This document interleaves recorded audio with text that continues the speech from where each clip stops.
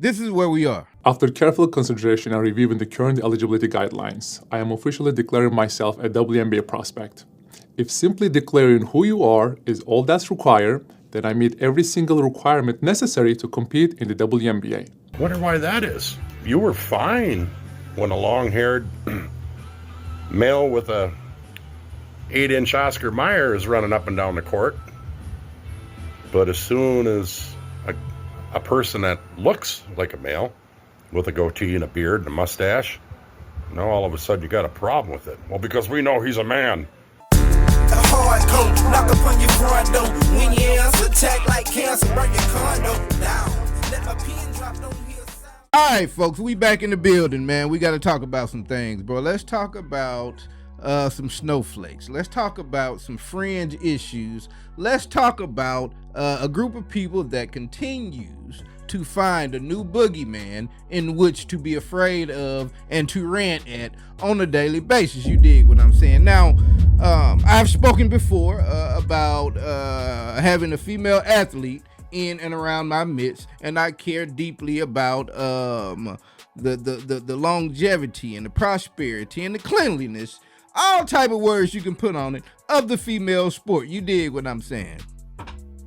I, however, also recognize that certain things out here aren't as big of a deal as certain people try to make it seem. You say, Jack, what are you talking about? We saw a little bit of Enes Kanter, if you didn't know who he was, at the rollout of this short film. Now, Enes Kanter is a former NBA basketball player. I know he played for the Thunder, I think the Clip. He played for a number of organizations. He is now out of the league.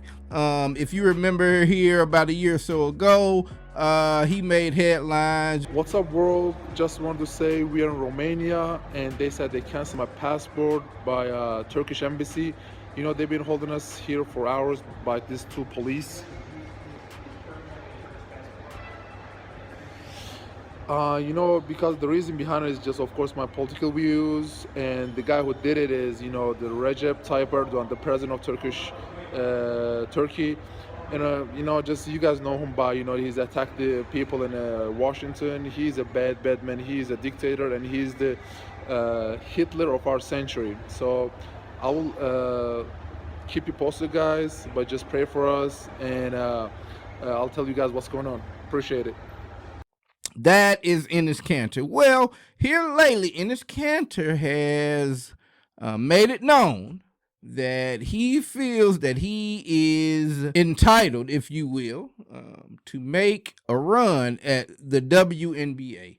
You heard it correctly. Enes Kanter now wants to play in the WNBA. He's no longer good enough to play in the NBA, is what I get from that. But again, I said we're going to rewind to see how we got there, because there are all type of voices that are now on the, I guess, on the pro-trans side. Now, if you kept up with Fox News and some of the main players in this thing, this has been one of their boogeymen to point at. And one of the foremost progenitors of this movement is a young lady by the name of Riley Gaines. Now, Riley Gaines was a former collegiate swimmer at the University of Kentucky. And here in March of 2022, she tied for 5th place. 5, 1, 2, 3, 4, 5. In the NCAA championship swim competition with a one swimmer by the name of Leah Thomas. Now, Leah Thomas is a transgender athlete. Now, if I get these terminologies wrong and what have you, I plan to not hear any smoke from any of the other sides, because I'm trying to oblige you all with thorough analysis and breakdown of who I feel is in the wrong. And so I'm on the trans people side in as what we speaking. Now, this is straight like that. So you've got to know that I'm going to speak my full thoughts as we go through this short film. But again, if I get some of these terminologies wrong, I better not hear nothing about it, because I am quite the mean individual. And you get me on your bad side, the next video I make will be a doozy. So let's go right there. So now, she loses to Leah Thomas. Or, like I say, places 5th, ties for 5th.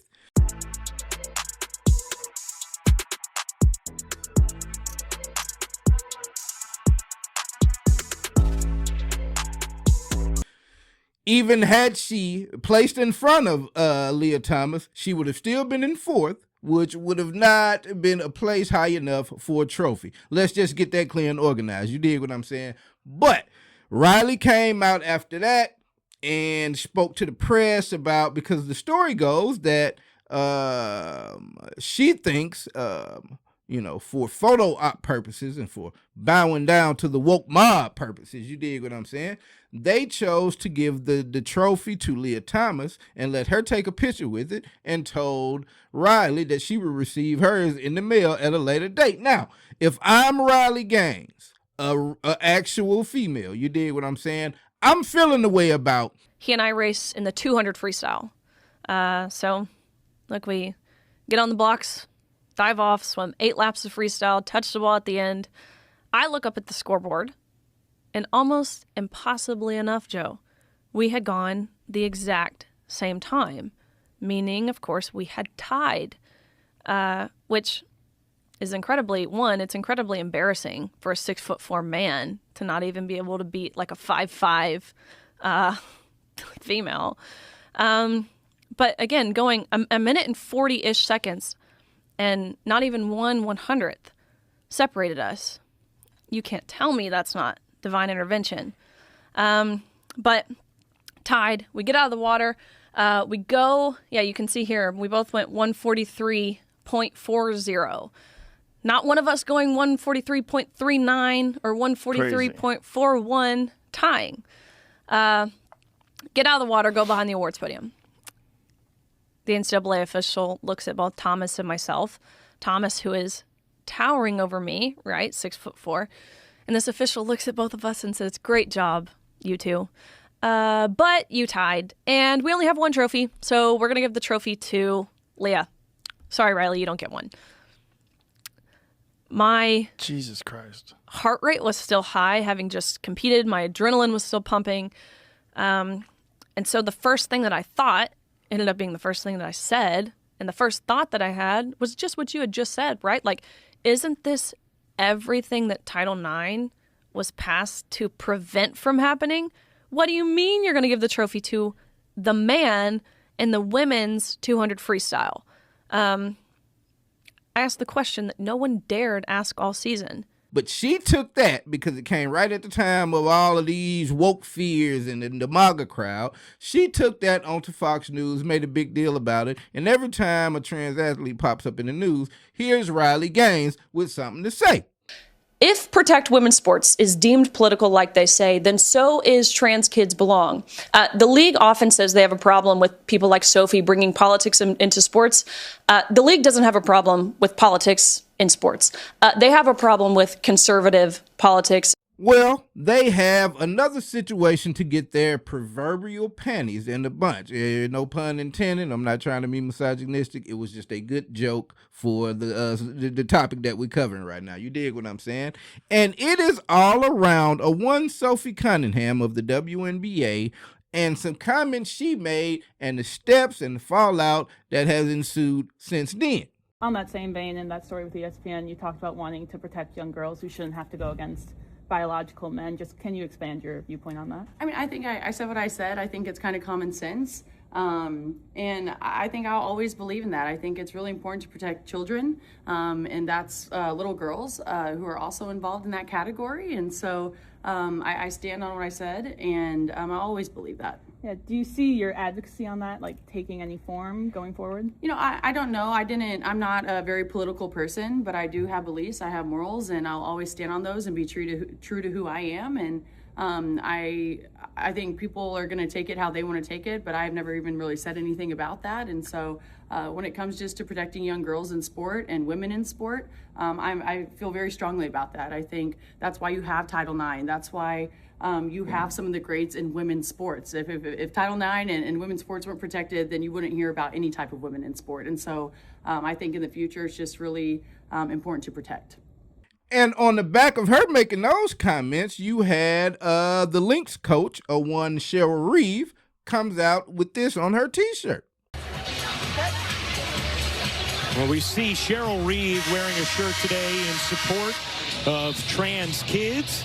Trans kids belong on the shirt. This in the aftermath of Sophie Cunningham's recent comments. And so she was making it known. Most people took that as a dig against Sophie. You know, coaches making her stance known that we're not being discriminatory against, you know, a particular category of people trying to participate in our sport. Now, rewinding back to what Sophie Cunningham had to say in her video and those comments, you know, I always get caught up when they get to the, you know, they try to bastardize moments, bro, and they try to take things out of context, and they put these scary words and these scary phrases on them, especially when you're talking about a Fox News, for the boomers of it all that watch their program and don't actually go outside. And you can tell them that the sky is falling, and they will actually go outside with an umbrella. You dig what I'm saying? As if an umbrella would dodge from the sky, but you get the analogy of what I'm saying. So, she says protecting young women. Now, that verbiage would lead you into believing that having a male out here that, you know, however they term it, I don't know if confusion is going to be the politically correct word, having alternate opinions, wavering thoughts, let's put it like that, about his sexuality. I don't know that allowing that person inside of a locker room is putting any girl particularly at danger. I can understand the argument, he's still a guy anatomy-wise, but I think we're thinking about the thought process, and I think the emotions of a said person. I don't know that they operate like a male.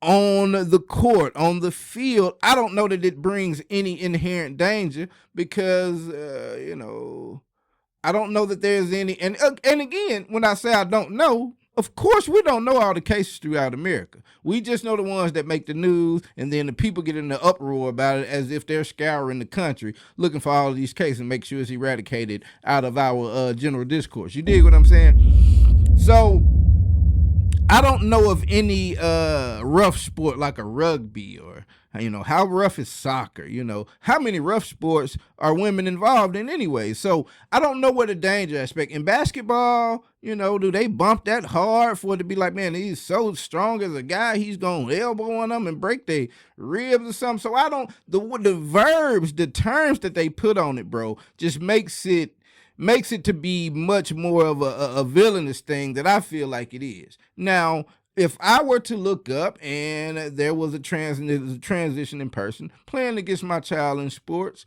it'd be a topic of discussion for right then, but I just don't, from what I know about myself, I don't know that I'd make that a big deal. Like, oh man, we got to make sure this doesn't happen. If something happens on that field and you feel like, okay, this guy took an advantage of his strength and asserted it out there, not just outrunning somebody, but you're talking about, you know, bumping into somebody, elbowing them, you know, using your strength in a way I think would get the attention, not just the fact that this is somebody transitioning that doesn't want to be in a certain form. You dig what I'm saying? I don't know that I'd make a big deal out of that, but they continually do so.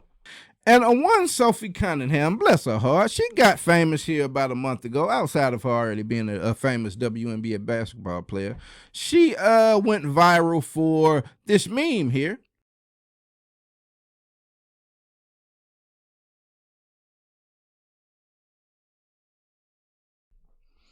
After a hard foul, something was going on in one of the NBA games and the WNBA games. And of course, the MAGA side of X took her as their white princess, as it were. We need more of this because actually she was pointing at a black girl doing the little event, and so they took that as another Shiloh Hendricks. They standing on business. We love Sophie Cunningham. Turn up Sophie Cunningham. And, you know, well, out here in the general public, I don't think we had anything against her. But when they latch on to people, bro, they kind of tarnish their image just by default, because it's like, if these people like you, then you must, it just makes us not like you. Not that you agree with them, but it's just a weird dynamic, man. And so Sophie, in trying to wiggle out of this thing or, you know, make the main thing, comes out with these statements. We got to keep the main thing the main thing. And I think when it comes to the Minnesota game, I think there is so much distraction. But, like, the matchup between Miles and Kelsey was phenomenal. Our team, I mean, that game in particular was a great game. And so I think that there's a lot to be said, and I'm going to let people just do the speaking for themselves. But for me, I want to get back to basketball. It's always been about basketball. That interview happened in February when I was asked a question. And so for me, I just want to, make sure that it stays, the focus stays where it should be. But see, the problem with wanting to keep the main thing is not taking that stance when the question is asked of you outside of the main thing. The way to handle that would have been when you were asked that question would be to not make, whether you want to or not, a politically charged statement. If you want the main thing to remain the main thing, you should have said to that reporter, hey, man, ask me a WNBA question pertaining to the games, the training camps, the strategies we got for the upcoming opponents, who's the best in the league and all of that. Because I don't even think that I should even give air to such a thing that is ultimately out of my hands and something I just would not want to give light to. You know what I mean? Something along the lines of that, bro. But she wanted to stand on the soapbox about it. People brought up the conversation, and now she wants the main thing to be the main thing. But now you start to spark stupid people out here in the world like this. Isn't it crazy how absolutely nuts the left goes when you play by their rules? So the WNBA says, well, yeah, biological males can compete in the WNBA. So a biological male by the name of Enes Kanter, aka Freedom, signs up for the NBA draft, WNBA draft, and the left are losing their ever-loving minds. I wonder why that is. You were fine when a long-haired male with a 8-inch Oscar Mayer is running up and down the court. But as soon as a person that looks like a male with a goatee and a beard and a mustache, now all of a sudden you got a problem with it. Well, because we know he's a man. Well, we know the other ones are males too, but you don't say nothing about them. Oh, and then it's all loving and acceptance, right? Well, so to use this against you, I'm just going to say this. Why don't you try some loving and acceptance with Enes Kanter? He just wants to play basketball. Why do you care? Have a good day, everybody. And it's kind of hard to put all those worms back into the jar. You understand me and what I'm saying? You've got people out there. I think this guy, because, you've got the Colin Ruggs of the world. You've got the Nick Adams of the world. You've got, my God, the Benny Johnsons of the world. Of course, the Riley Gaines of the world, all jumping on the back of this, which is weird. Because apparently they're all advocating for Enes to be able to actually get drafted and play in the NBA, because that would be accepting of trans people. But they run around the world the last umpteen years swearing that we need to eradicate it out. But now if the WNBA doesn't let Enes in, then apparently they're being discriminatory in some way, shape, form, or fashion. And like I say, I mentioned a guy like a Clay Travis, man, who at one point put out a bet, something like a $10 million bet for, a girls team to play a trans, something stupid. If the WNBA's goal is to become the most inclusive league in the history of ever and to hit a pretty big payday, then they just got the opportunity of a lifetime, thanks to Clay Travis. Introducing the Nashville Balls. I've got two aggressive moves that I am undertaking here. And I'm 100% serious about this. And I'm going to share both of them with you. First of all, I will buy a WNBA expansion franchise as the primary owner of that franchise. I will bring them to my hometown where I do this show from, Nashville, Tennessee. I will pledge that 100% of my team will be trans. That will be men pretending to be women. Our entire coaching staff will be trans. That is men pretending to be women. We will not lose a single game. There are probably some games, Buck, where we will not even give up a single point. I will call this team the Nashville Balls, and I will become a dynastic sports owner. I will own a WNBA franchise. I will buy it. and I will play only men who identify as women. We'll wear wigs. We'll run around, do whatever we need to do to be officially classified as identifying as women.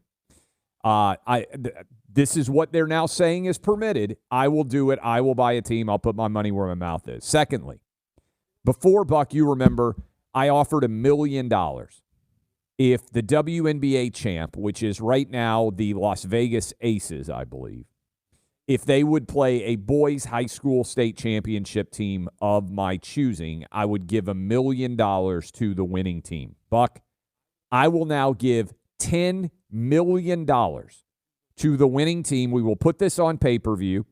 We will send all the profits, of which there will be probably tens of millions, to Tunnel to Towers, T2T.org, our good friends there, for mortgage-free homes for veterans, the families of veterans, first responders, police, people who have lost their lives defending this country. $10 million. I will wheel it out. I don't even know how much space $10 million. We'll dump truck it out, put it in the arena. A boys' high school team will get $10 million if they win the WNBA. They say that they're underpaid. They say that they're as good as men. Let's decide it once and for all. And that's what they have, boiled up as an end-all, be-all show of prowess. You dig what I'm saying? To put this issue to bed, as it were. You understand what I'm saying? But now we are up to the point where we are going to view this young man, Enes, and what he has to say about what is his reasoning for wanting to become a part of the WNBA. After careful consideration and reviewing the current eligibility guidelines, I am officially declaring myself a WNBA prospect. If simply declaring who you are is all that's required, then I meet every single requirement necessary to compete in the WNBA. My team and I have carefully examined the WNBA's eligibility criteria and governing framework surrounding self-identification and inclusion. Based on the current guidelines, I can and am officially declaring my eligibility for the upcoming WNBA Draft in May 2027. I am definitely not here to mock, make fun of, or disrespect any community or personal choices. I am simply asking that the current rules be applied equally to everyone. The rules that represent the very values many WNBA players and coaches have publicly advocated for. My team and I are prepared to ensure these guidelines are applied equally, consistently, and without exception. And I look forward to the WNBA honoring its stated principles. See you at training camp. And so now, with that being said, let's examine what Enes brought to the table. First of all, like you heard the dumb guy in the video, the WNBA did not explicitly exclaim that they are accepting of biological males. They said that they are not discriminatory towards trans athletes joining their organization. They didn't say where they would draft this person at, even if they would draft him. They're saying you can come and try out. Well, Enes and the other guy and Riley and others have turned that, like I said, man, they turn words and phrases inside out to fit their agenda. They create boogeymen in order to point a finger. But you know what they say about pointing a finger? When you point a finger, you have at least 3 fingers pointing back at you. And if you keep up with the news cycle, bro, about untoward things being done to kids, families being wiped out, money's being stolen, this, that, and the third, all etc., all of the above. There's oddly a number of people that look just like the people that run around here pointing at other people. But they have to create a boogeyman so that you'll look over there and not look here. You dig what I'm saying? I say it all the time, that they are so smart that they are stupid. You dig what I'm saying? Now, pertaining to Mr. Enes Kanter, this is my message to the WNBA. And I guess I'll put, we'll do that at the end. This is what the WNBA should do.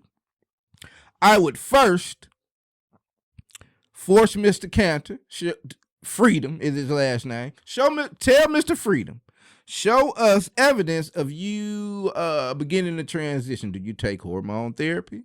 Some type of drugs? Do you have a surgery scheduled? Do you dress differently sometimes? Let us see some proof. Because otherwise, other than that, you just a guy that's not good enough to play in the NBA, and now you still want to play basketball, but you're scared to go to the big 3 and let them niggas rough you around. You dig what I'm saying?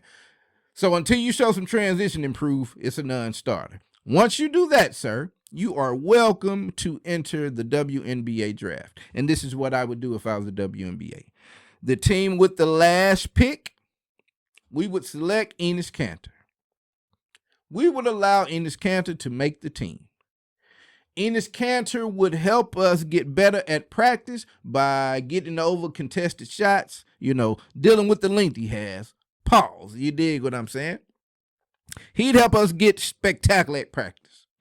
When we got into the game, the last seat on the bench is where Mr. Kanter would sit for the duration of every game we had that season, playoff championships included.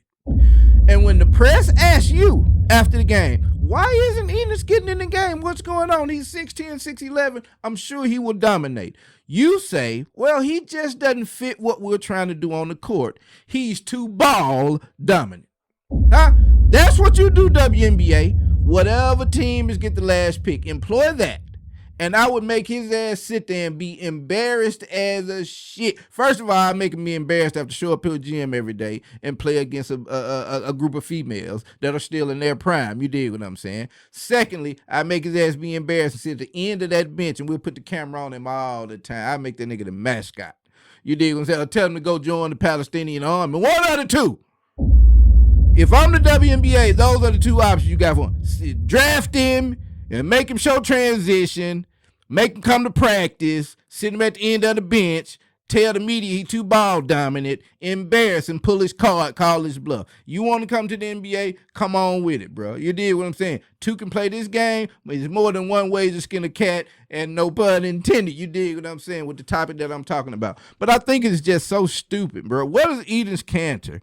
And it's so odd because people that hated him for this Free Palestine thing last year are applauding his efforts to become the first trans player actually in the NBA. There's not a guy with the phallus running around in the NBA prior to listening to the dumb guy a little while ago. That's not a thing. It's just so crazy, bro. And so with my final thoughts on this thing, bro, like I said, the thought of it immediately is going to hit your brain like that shouldn't happen, bro. But I posit this to you. Do you think that you would know every male that's transitioning into a girl out here like any, 15, 16 years old, if that's allowed? I don't even know how young this is allowed, bro. But they'll tell you a 9-year-old and can just walk into a doctor's office and just sign up for surgery. We know that's not true. But it's like, how could you even tell? Do you think, all these districts are running around and, check out? It just seems like a deep process, bro. You know what I mean? We don't know when this transition started. We don't know if a kid may have, like hermaphrodites. You know what I'm saying? They may have both parts. It's a lot that goes into it. So in order to think that you should take this so serious that you should go across the country trying to eradicate it, I just don't think this is that big of a deal. I don't think it's that many instances. Now, if it would have rise up and you got 10 to every team trying to get in, but that would never happen, bro. The people that identify as that and try to transition into that, those are few and far between. You know what I'm saying? And I just don't know how strong of a fight, because it's like, what's the difference in when we talking about playing sports? What's the difference in a trans athlete and a gay guy? You dig what I'm saying? Do they not both kind of think on the same mind frame? They're still men, but they behave and they think like, or as much as they can, like a female. But you're not banning gay dudes from playing sports, right? You know what I'm saying? So I just don't really see the big deal, but they always have to have a boogeyman, bro.